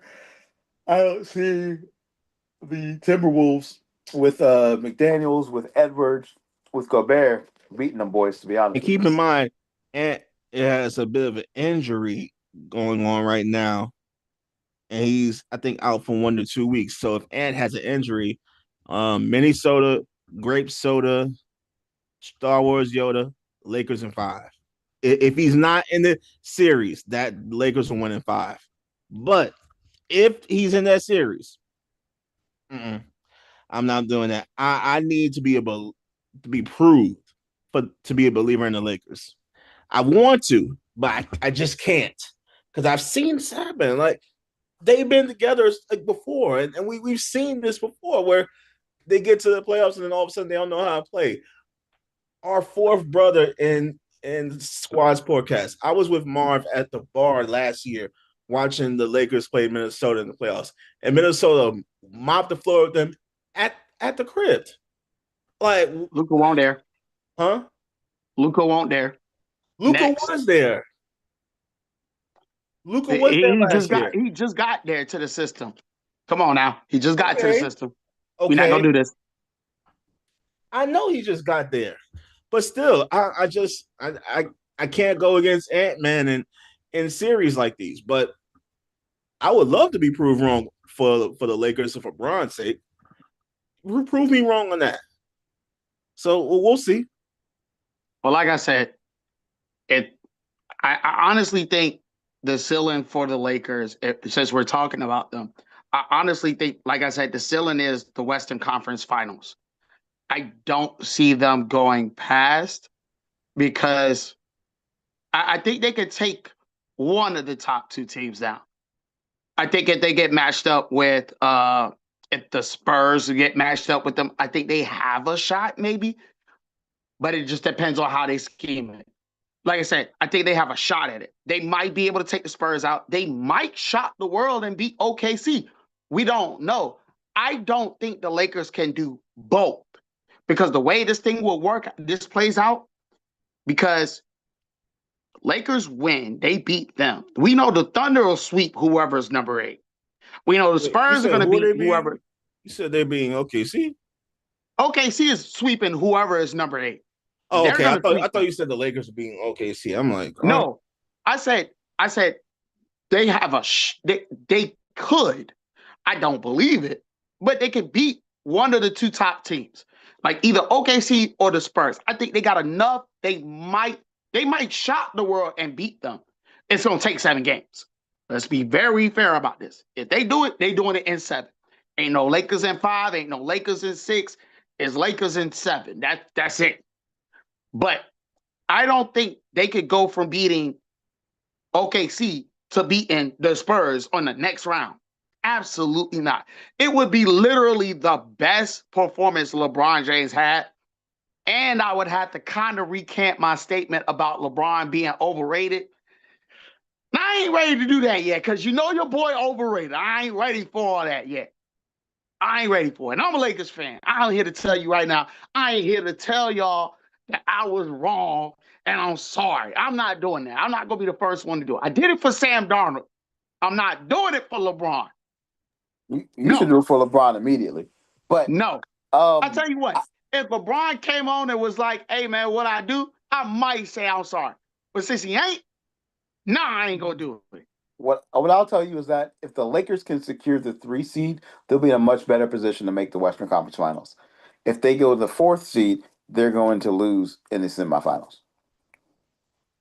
OKC would beat them either way, but OKC in the finals, in the Western Conference Finals, is a lot more interesting for them than having to go against them in the semis. And the semis, they ain't gonna be ready for them boys. In the finals, they can scheme a bit better and have seen a bit more, and maybe make a few more adjustments. But I think that they have a much better chance against the Spurs than they would against Oklahoma City. And that's what I'm thinking right now. Like with them being at the number 3 seed, like they have the opportunity. I think they can take the Spurs. The Spurs, they might do it in 6. Like I said, still think it's 7 both ways. But I think you're going to need that extra round so that you can have as much tape as possible to see how OKC is scheming, how they're making adjustments in these 7 games. Like, what are they doing? Like, you ain't going to have a whole lot because keep in mind, OKC going to sweep teams. They just going to blow past them. They might let one team get like a win just to get some extra rest and some extra reps. But they just gonna keep that thing moving. But back to the East, and this is something that I was discussing on TikTok as well as I was discussing y'all's king and why he overrated. I really think Cavs go out first round. And even with James Harden? Even with James Harden, I think he'd go out first round. Like I said, ceiling for them, that's my hot take. My hot take is Cavs go out first round. They're on a first round exit because I don't trust James Harden. Y'all know how I am about James Harden. You know the man likes to be Houdini. He disappears too much. I don't know who disappears more, him or Lamar Jackson. I don't know. Don't ask me. I can't tell you.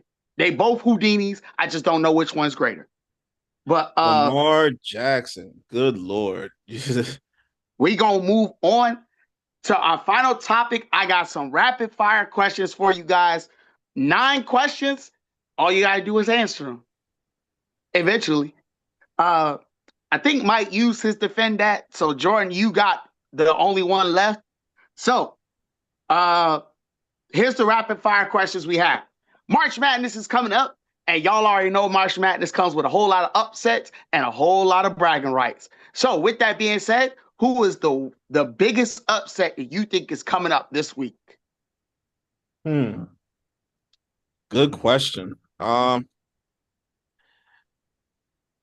thinking anybody who's playing North Carolina. Hope they beat North Carolina. That's whoever's playing them. I need them to do the upset. Do me one good solid favor. That's all I need. Mike? I'm going through the bracket now.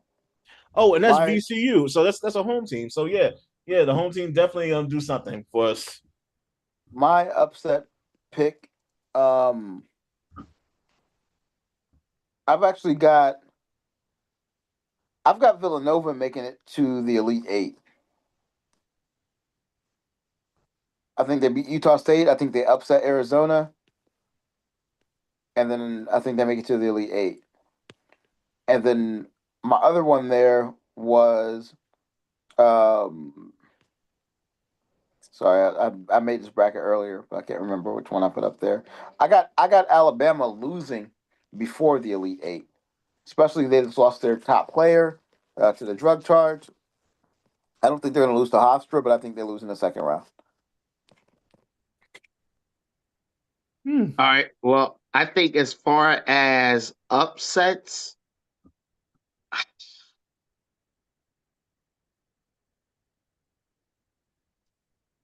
I don't know. I'm looking at this UConn Furman battle. I don't know. I got a strong wager on that one. It's 15 versus 2. Y'all know how those 15 seeds are. And I'm looking at the rest of these 15 seeds. I don't think I like any of the rest of them. Yeah, Idaho versus Houston. I don't like that. Tennessee State versus Iowa State. I don't like that. And then Queens versus Purdue. Yeah, I don't like that either. I got this UConn Furman. I think Furman takes the upset early, first round Against UConn. against UConn. All right, moving forward. Wow. Next one. What is one NFL free agent signing that you think will completely flop this year? Free agent signing. Damn. Can it be a trade Mike, too? don't do it, Mike. Don't do it, Mike. Can it be a trade? It could be a trade. It's a free agent. It counts technically. I got Jalen Waddle with the Broncos. I don't think that's going to go as well as people think. I think that's going to be a great one. Hollywood Brown with the Eagles is going to be terrible because he's not going to get enough volume in that offense. But that's not the one that I think is going to be the biggest flop. I actually think Trey Hendrickson on the Ravens is going to be a flop. I'm gonna go with the obvious take here, and I think Trey Hendrickson has an argument. I don't like I said, we talked about this. The Ravens was never one piece away, like defensively, from being legit. It's a lot more with the Ravens. But the Tua to Atlanta is my pick. No, Malik Willis to the Dolphins. No, he's going to be great. He's going to be good. What receiver? He's going to be good. They're going to figure it out. He's going to throw the ball. Receiver? Malik Willis can actually throw the ball. Tyreek Hill in the hospital. He's going to throw the ball too.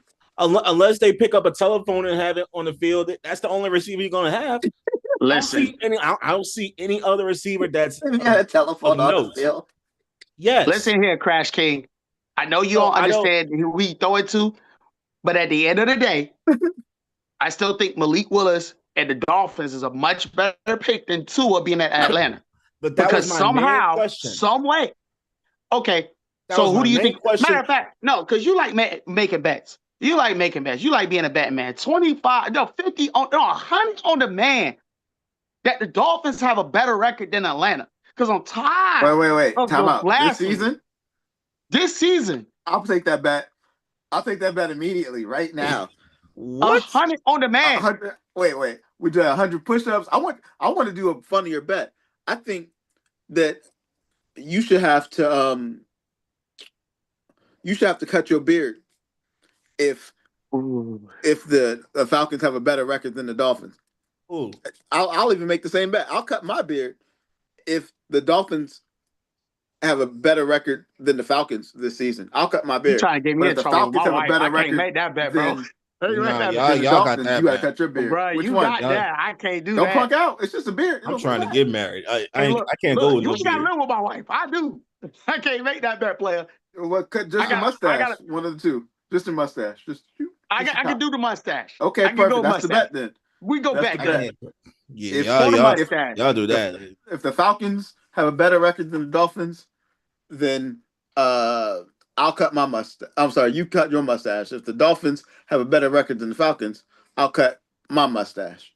That works. I'm telling you, I'm looking at the Dolphins receiving core. I see no name that really stands out to me. I know. That's why I took the bet. Telephone. They ain't got nobody to throw the ball to. I'm happy to take that bet. Like I said, they'll put a telephone, they'll put a cell phone, they'll put a track phone. Put all those three out there. They'll be better receivers than any of those that are currently there. I get the privilege this season of Jordan shaving his puppy, his poodle Gopher. I get 11 and 6. I get the privilege of Nick shaving his mustache and looking like he has no lips. This is gonna be an awesome season this year. This is gonna be fantastic. All I, right. But moving I'm trying to forward, figure out who is the Dolphins receiver. Let's just take a it look. don't matter. Let's put Malik Washington. That's who he What betting is on. Malik one Washington. the NFL Dolphins team you receiving. think? Hold Hold on. on. While you figure that out, the next question is: what is one NFL team you think won free agency so far? Y'all already know my pick. I said the Raiders. I double down now on it because they're keeping Max Crosby. So right now, I think the Raiders won it. I think that's a good pick, but I don't want to go with that pick. As begrudgingly as I like to say it, the Steelers actually had a good free agency. But I don't think it's gonna matter. We still gonna win about 5.5 games if we're lucky. Um, I think that the Panthers won free agency for me. They spent a lot of money. They got a lot of big names. They got Jalen Phillips. They got that linebacker from the Jaguars. They got just quite a few studs, man. I think the Oh Panthers won snap! free My agency. wife is watching. I think the Panthers won free agency. What your wife said not to cut your mustache. Bro, she got the eyes on the comments. I'm in trouble. Probably.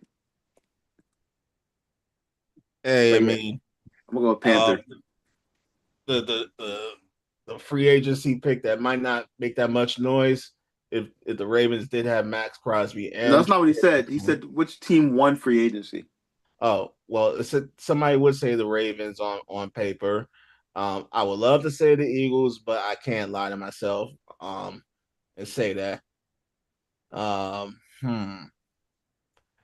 Right now, I'm looking at Kansas City and some of the moves that they've made. Like the Kenneth Walker was big. Kenneth Walker yeah, was big. and they picked up some parts that they needed while Patrick Mahomes is still trying to figure out his life and recover from that ACL injury. And I think that once he gets back to at least 85%, they will be a threat. I think the Ravens overplayed their hand. I don't care who's watching. I think the Ravens overplayed their hand when they disrespected Max Crosby like that. He was in their house and he didn't feel welcome there. Yeah, that's some dirty playing right there. I don't care who you are. Like I love Lamar Jackson. That's one of my favorite quarterbacks. But I think they really fumbled the no pun intended. I think they fumbled free agency with that Max Crosby letdown. I mean, Trey Hendrickson is not a bad rebound, but no. But the He's not Chiefs, as good as Crosby though. Kenneth Walker, Tyquan Thornton, Travis Kelce, and I think they still have a top 10 pick, don't they? Yep, number 9. So Mm-hmm. yeah, Trick McDuffie. I wouldn't be surprised if the Chiefs somehow get Jeremiah Love as a backup to Kenneth Walker. I would not be Nah, surprised. I don't think that's gonna happen. I don't think that would make sense. Jeremiah Love goes out in first 5. He goes out first 5. I think he's gonna go top 6, but I don't think that the Chiefs are going for him because they got Kenneth Walker, and I don't think they're gonna run a 1-2 punch there. You could do cheaper there. I got them going offensive line. I got them going Francis Moaga from Miami if he's available, or I've got them going. You know what would actually be a really interesting one? I don't think they'll do this, but this would be a really interesting one. Kenyon Sadiq from Oregon, the tight end. Mm-hmm. That would be amazing because Kelsey has about one more year. And Sadiq was crushing it in the combine, was crushing it in college, was crushing it as a prospect. I think he would be amazing there. I don't believe in Noah Gray enough. So I like Kenyon Sadiq, or I like them going offensive tackle because they just lost their Jawan Taylor.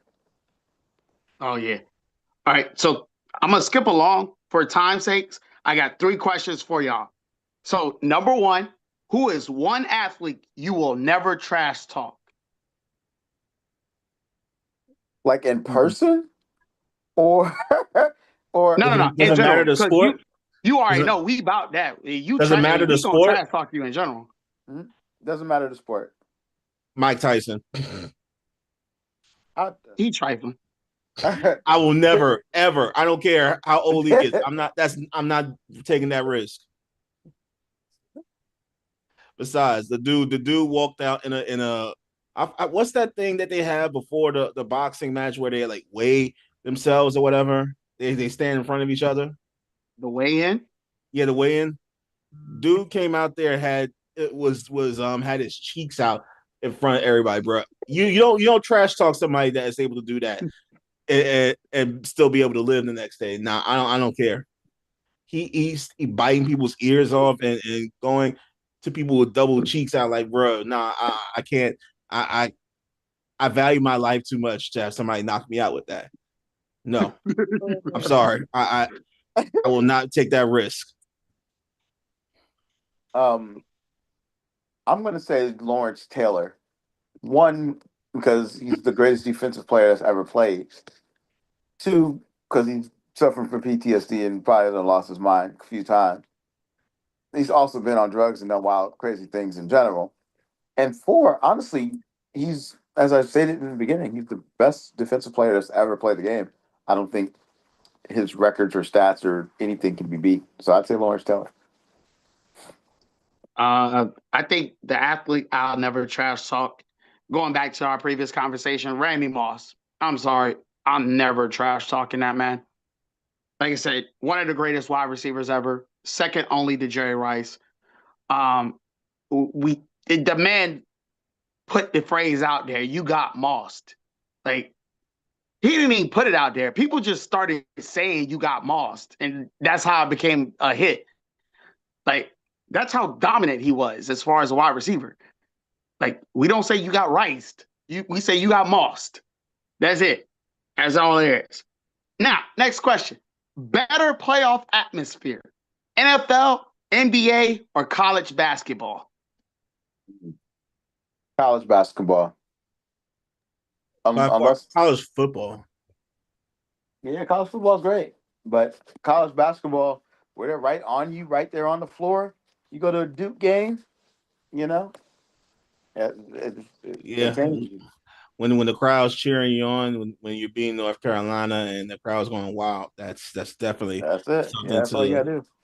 Here this man go. The camera crazies. Yep. Here this man go. I think I'm gonna go against the grain on a college. I'm going NBA. I like the best of 7. I love how, especially when games go to 7, and especially when there's a good storyline. Like, remember, we had the Trae Young games where he was telling the Knicks bye-bye and he got the ice cold in his veins. The LeBron James games against the Celtics where he won't say nothing. He was barely speaking to the media. He was barely speaking to his players. And then all of a sudden he dropped 45 and 51 in 2 elimination games. I don't know, man. It's hard. Like, when you talking, not the finals, but when we talking like game 5, game 6, game 7, like Ant-Man, when they was talking, Ant-Man was talking all that. Yeah, like, yeah, I think the NBA is a great playoff atmosphere, especially with how the new age has come. I think the playoff games for the NBA now might be getting a little better than how it was a few years ago. Because keep in mind, a lot of the playoff games a few years ago used to be 4-0, 4-0, 4-1, 4-2. Like, you didn't get a lot of game. You didn't get a lot of game 6s, game 7s. You got a lot of game 5s and game 4s that people was getting swept. And then, like, I think maybe the most memorable ones were like when the Clippers get eliminated. That's probably the best thing that the Clippers can ever do. That's the best revenue that their fans are ever going to get. Because why? The Clippers are just trash. I'm sorry. That was a tangent that wasn't supposed to happen. I'm sorry. I'm not sorry to them Clippers fans. I don't know how y'all do it. I'm not sorry to y'all at all. Just throw that out there. Because like I said, game 6 are y'all ceilings. Y'all get to game 7, y'all out the door. Just forget it. Last question of the night. What is one sports hot take that you will stand on for the rest of 2026? Go ahead, Jordan. I'll let you lead off. Now, I want you to lead off on this one. I got to think of that one. Sports hot take. I'm going to stand on for the year. The Steelers are winning less than 11 games this season. I don't believe in Aaron Rodgers. I don't believe in Mike McCarthy. I like the moves that they made in free agency. They're going to be a disappointment this year. We're going to have a great pick and draft pick for next year so that we can actually get on with this rebuild and expedite the rebuild. We're going to have a rebuild similar to the Patriots or similar to the Broncos. Probably closer to the Broncos and the Patriots because we're probably not going to be that bad, but we more than likely significantly win less than 11 games this season. That's what I'm standing on all season. And I'm also standing on the fact that Justin Fields just got traded for a 6th-round pick, so he's going to be Jordan's GOAT. Then also, I'm standing on the fact that I can't wait to see Nick not have a mustache this season, and I can't wait to see Jordan have to live shave a GOAT. It's going to be fantastic this season. Okay. I think I'm going to go second. Okay, go second. Go second. Go second. I'm going to go second. I'm going to leave the Crash King to get his in last. Here's my take. And I want to look into the camera. And as a matter of fact, I'm going to get my other hat with me while I say it. I'm going to get my other hat right here. And I'm going to get my fantasy championship on my other shoulder. Because you know it's by that time I can start. My hot take for 2026 that I'm going to stand on is that Jalen Levante Hurts, and I know that's not his name, Jalen Levante Hurts will get his first MVP this upcoming season. That's the hot take that I'm going to have. I think Jalen Hurts gets his first MVP because he's tired of all the haters. He's tired of all the doubters. He's going to have A.J. Brown renewed. We're going to keep A.J. Brown on the Eagles. They're going to start slinging that rock. Jalen Hurts is going to eclipse 3,500 yards. He's going to eclipse 4,000 yards for the first time ever in his season as a professional football quarterback. And Jalen Hurts will win his first MVP trophy in 2026, 2027 season. That's my hot take for it. Okay. So I definitely thought of one now because you guys gave me an idea. So I don't think the top seeds in the NBA, neither one of them are going to be in the NBA finals this year. Not the Spurs, not the Thunder, nor the Pistons. I'll do even one better. I hope I don't jinx them. I think the Knicks have a ticker tape parade for the championship for the first time since 1973. I think they're going to win the NBA Finals.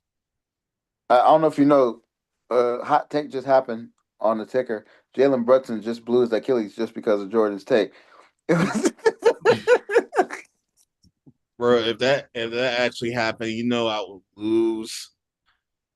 Oh, I would lose myself just thinking that actually happened. Hey, then you already know. You've seen worse happen. So, ladies and gentlemen, you got our hot takes out here. Let us know in the comments who you think take is more correct. Who you think is wilding? We'll find out. Will Jordan be the first five-time Crash King? We don't know. Come find out on next episode. And that is our whistle for the game. But the game never really ends. Thank you for spending time with us, sharing your opinions, passion, and a love for sports that goes beyond the scoreboards. If you like what you're hearing, hit that like button, smash that subscribe button, share it to all your friends and family. Follow and join the conversation. We respond in these comment sections. To Twitter and to TikTok, I'm coming to answer those comments because I see my phone blowing up. Until next time, stay competitive, stay curious, and keep loving the game. This is Squad Sportcast. We'll see you on the next play.